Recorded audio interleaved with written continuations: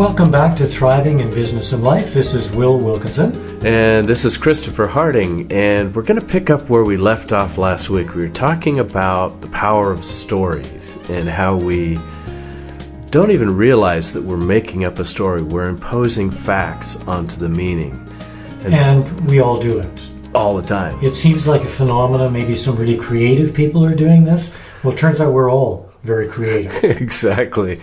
So what we're going to do today is look at another aspect of storytelling that happens typically at the unconscious level, and that is when biases slip into our storytelling. Right, and we have to start at the beginning, which is explaining what a bias is. I love the quote here that we pulled from our book. All of us show bias when it comes to what information we take in. We typically focus on anything that agrees with the outcome we want. Right. So we'll get back to that in a moment. So that's a good preview of coming attractions. Right. So like I'm biased that this podcast is going to be really popular, so I only attract people who tell me they really like it. That's funny. That's all I see. The world is filled with people who love our podcast. That's great. Well, I think about bias, and we do have people ask us, what is bias? And so we use a couple of analogies to kind of describe it. One is, you could say a bias is an angle or a perspective, a slant on something that therefore means that it's not totally accurate. It only has a piece of the information, and that may be out of context. Right. And I always appreciate how you make sure that we don't convey there's something wrong with biases. Right. They're not inherently evil. They're shortcuts. I love that term you applied to them. Sometimes a shortcut works. Sometimes it doesn't. Well, the one we use in our book and our online course of a effective bias is, while we're driving, it's great that we aren't focusing on everything, because we would become totally distracted and crash. We actually couldn't drive if we were treating all the data equally. Right. So in a sense, biases are prioritizing input. Right, prioritizing and creating preferences around what we believe and what we don't. And Norina Hertz, her quote, what's so interesting about it is that she's referring to this mechanism in our brain that is selective in terms of what it's willing to see. It's sometimes called brain blindness. It's called confirmation bias. We invented a term, the Subaru effect. Right. You're biased because you're shopping for a Subaru. You're biased towards them, and then suddenly all you see on the road are Subarus. Yeah, exactly. And so, the real simple aspect of this is, if I have a notion that you or someone like you is high potential, you've got a lot of talent, I'll lean into that conversation more. I'll involve you more than if I thought you were someone who doesn't really have credibility or potential. And it becomes a self-reinforcing loop. Right. I think you call that the halo effect. Well, yeah. Someone can do no wrong. They're this sainted individual that you see as being so valuable. So you give them more opportunities, they excel, you think of them as being even more valuable. Yeah. Meanwhile, someone else is being left out. Well, and I heard a great quote the other day. The speaker was saying that, talent is distributed equally, but opportunity is not. That's very profound. So talent is distributed equally. Right. Opportunity is not. Yeah, so people are coming into our world, into our workforce, our environment. And, there's all kinds of talent that's spread throughout the distribution of the human race, right? But our preferences are typically colored or filtered. Yes. And so just what you described, I will tend to give preferential opportunity to some people, while unintentionally probably even excluding others from the same opportunity. And it's really subtle. It might be an assignment that I give or an opportunity, but it also might be something as simple as, hey, Will, let me show you how this works. Let me show you the ropes, so to speak. Right. So you're mentoring one person, ignoring another. Right. Well, how many of us have felt invisible? How many times have we heard ourselves or someone else say, nobody even knows I'm here. They don't see me. Yeah. I was in a conversation the other day, and a woman was saying, I feel completely unseen. Wow. And that's not just a metaphor. No, no. It's actually literal. Well, you've seen this. We've seen it. I remember a consulting company had us come out to identify why they were having so many capable people, women in particular, leaving their organization. And so we sat in on some meetings at their request, and it became real evident that they had this unconscious thing going on in their meetings where a woman would go to speak up, and whoever was running the meeting would either cut them short, or the woman would say something, and I'm thinking, wow, that was brilliant, because I'm observing objectively, right? And they kind of like, all right, Bob, what do you think? They'd immediately kind of like pass over it. And they probably didn't even know they were doing that. No, they had no intention of doing that. So that's the tricky thing about bias, and why we use the term the virus of bias, because it sneaks into our thinking like a computer virus. And then it replicates. Yeah. It grows. It spreads. And it doesn't spread just in ourselves. It spreads also to other people. It infects our teams. Well, so here was what was happening. You give a great example. In this meeting, so you've got a leader. Let's say the leader is ignoring a certain person. I don't even necessarily know why, or maybe even haven't consciously connected, oh, look, they just ignored them. But what I'll tend to do is mirror that same behavior. Yes. So there's a subtle signal sent. The brain does that. The neurons get activated. Yeah, that person isn't someone who has credibility or stock, so I'll tend to mirror the same behavior. And thus, that person now feels invisible. Yeah. Well, we use the term virus of bias.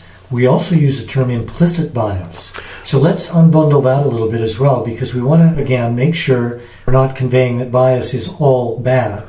We need bias. We need those shortcuts to drive. That was the example we used. There's other things we do almost on automatic pilot. Sure. Because those shortcuts are installed and they're so valuable.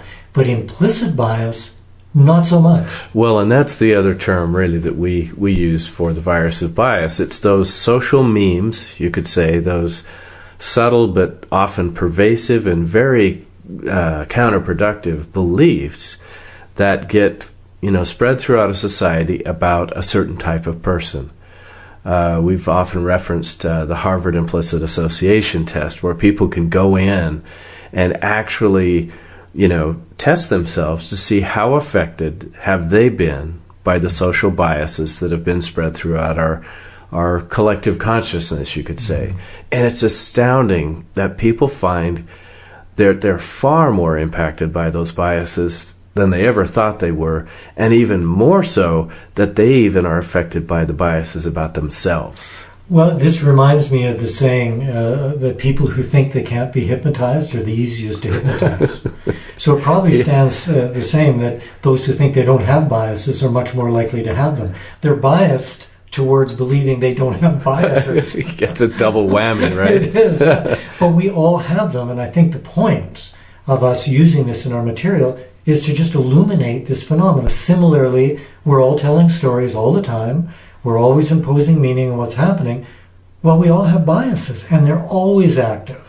Well, and that's the thing, I think, that organizations who realize this are starting to be proactive about it. We've talked about this in our blog before, that some organizations are now having a rotating role in meetings where somebody plays the role of the bias monitor. Right, and their job is just to observe and notice when bias rears its head. Yeah, and it might be in that somebody got overlooked, somebody became invisible.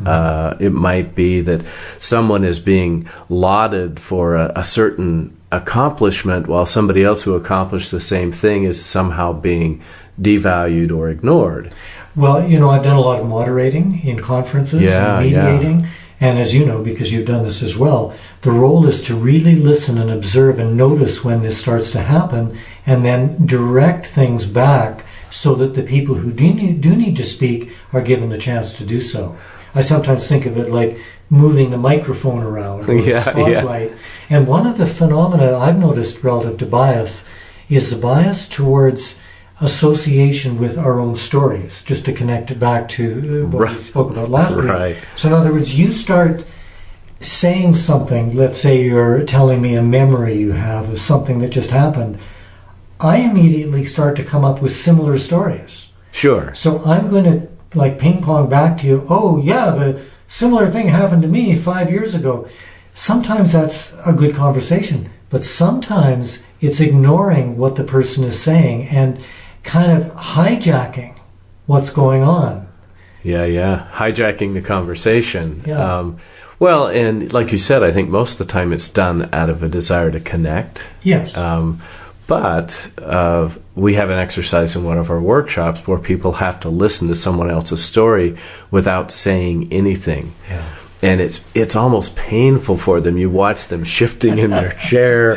They're starting to like over nod and do other things because it feels so hard not to interject. Yeah. Well, this I think gets back to the role of the bias monitor.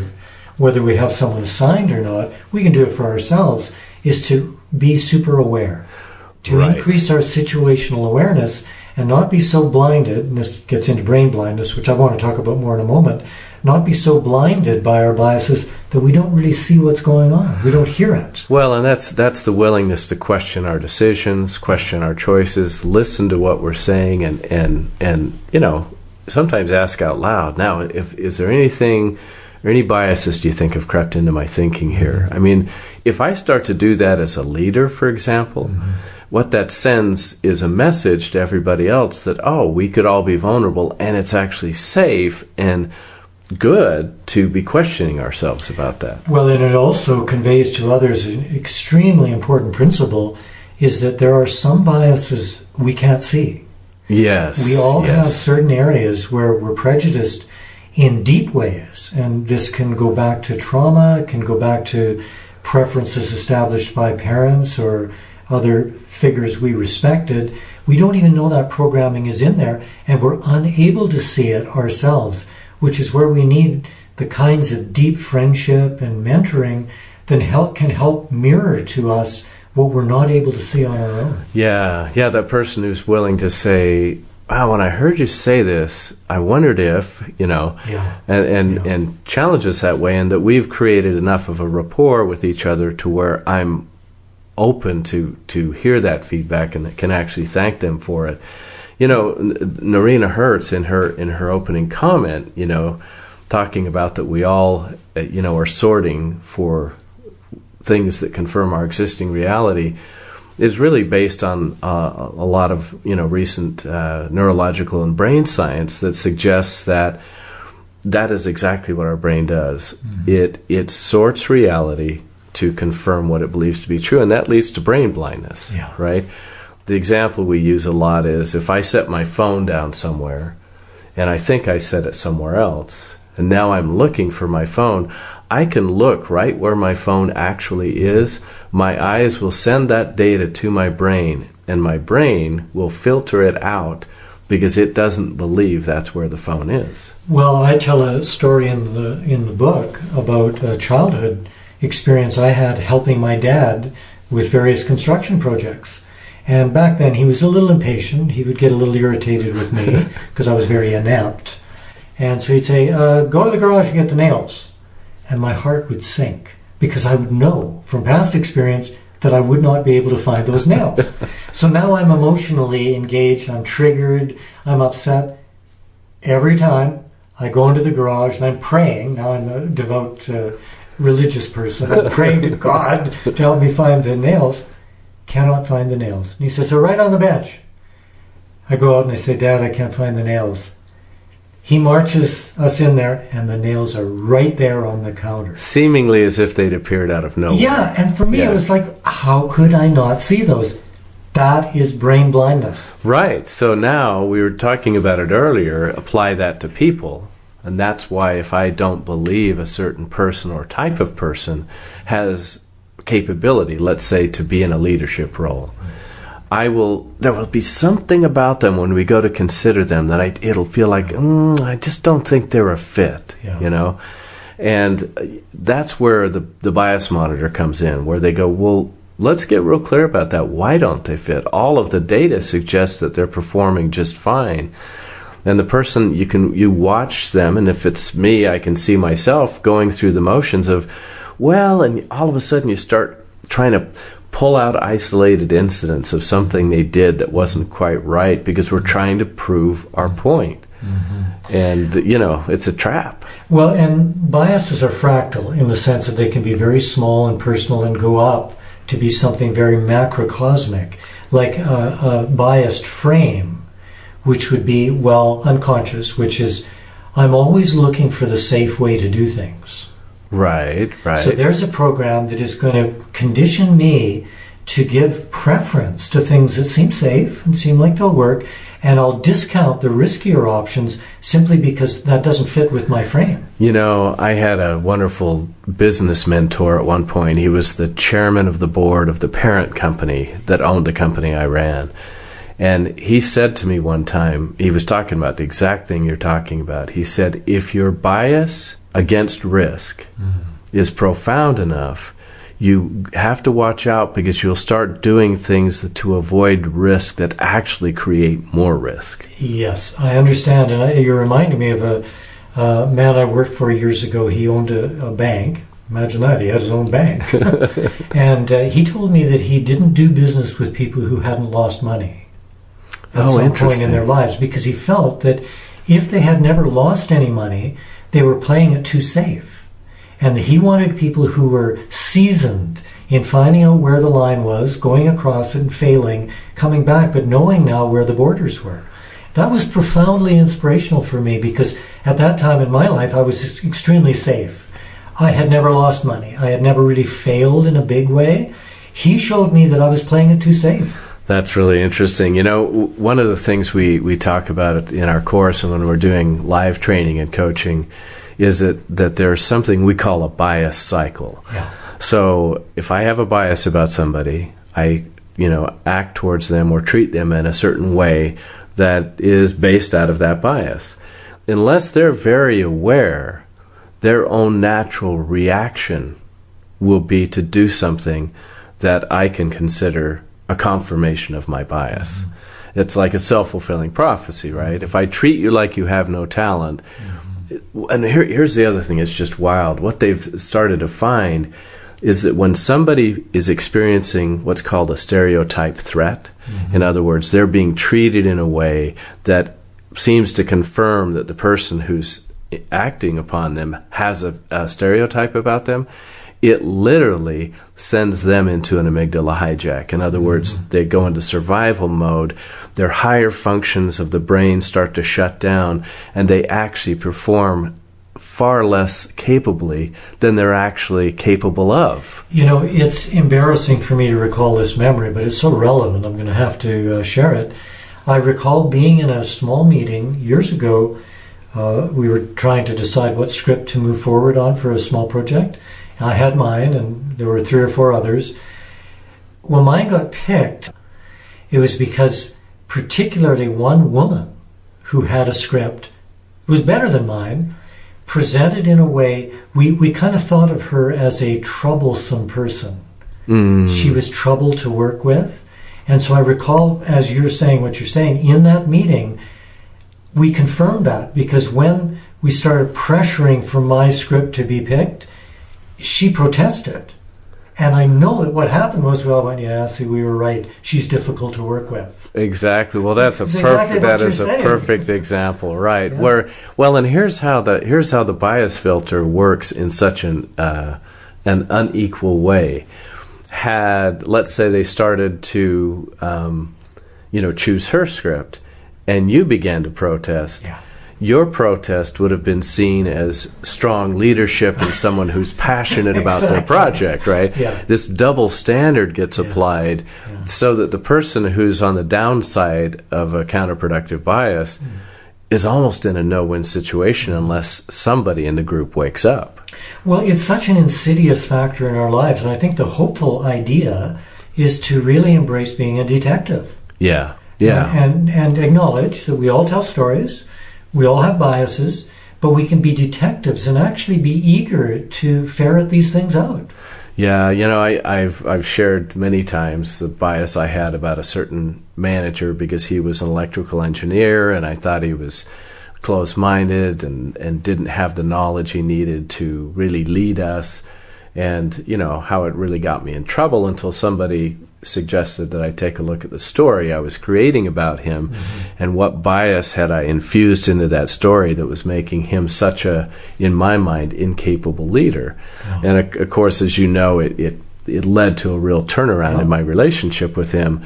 And a major turnaround in your life. Yeah, truly. Huge turnaround. So I want to focus on this because we started to talk about the cycle of bias and then how to diffuse them. And if you don't mind, let's use that example of mine. So let's just imagine we're in that room and describe for our listeners how you would diffuse that cycle. My script gets picked because it's pressured to be picked. She starts to complain. We all are, that's confirming to us that she's hard to work with. How would you break that cycle? How would you diffuse it? Let's look at it both individually and collectively. So first of all, if I was starting to become aware of biases, let's say I was in your shoes, and I saw her starting to, make a passionate case for why hers was. Which she did. And I began to, you almost have to be aware of your thoughts. You have to catch it midstream and almost hear in the back of my mind going, see. So it's like a witnessing state. Yeah, you really get into a state of great description, witnessing your own thought, and then question, why am I feeling this way? What's my belief?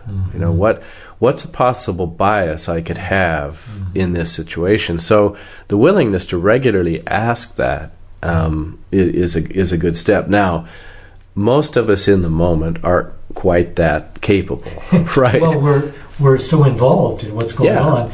We're so super conscious about our objectives and the details that we become unconscious to the patterns that are guiding what's happening. So that leads to another approach. You talked about the term the moderator. Well, one is you could suddenly give yourself the role of the moderator. And say, let's say her name was Jean. Wow, Jean, sounds like you're really passionate about this. Tell us more. What are you feeling is going on here? And I can even say, do you feel like you're being heard? Are we giving you, ample voice here? I mean, those are questions that right away, if I ask that of somebody, they'll probably say, no, I don't think you're hearing me. Right. Well, I'm just sort of leaping ahead into 1 million boardrooms. And 100 million meetings where nobody is doing this. Well, unless... And the huge impact that would accrue if any one individual began to behave that way. Well, and we were talking about risk a minute ago, right? So the part of the reason why people don't is they're averse to risk. And that's why if I'm a leader, I want to make sure that it's safe for people to ask those kind of questions. But let's say I wasn't you. Let's say I was somebody else in the room and I saw this going on. That's when, like you said, I can give voice to this and go, hold on, everybody. I don't think we're really hearing what she's saying. Tell us more about this. Let's rethink this, And so it's to interrupt the automatic nature of a bias cycle, which is basically devaluing her and therefore like her a pattern interrupt in NLP. Exactly. Just interrupt what's going on. And literally get everybody back into a state of being conscious about what we're doing. In a way, it is hypnotic. It's kind of like a spell that you're not aware you're under. Well, we've talked about how we become entranced by our own stories, right? Well, if we're entranced by a story and it's been infected by a counterproductive bias, wow, now we're actually dealing with our own preference and also the weight that an implicit bias brought into our unconscious thinking. Well, we've been focusing on what to do when bias strikes. Let's talk a bit about prevention. How can we set ourselves up to preempt bias having a major destructive effect on what we're doing? Well, again, part of it comes back to questions, right? So just in the very process, I'll give you an example of what one of our clients has done. They have on their agenda the very first item that says, do we have enough diversity in the room to really discuss this topic fully?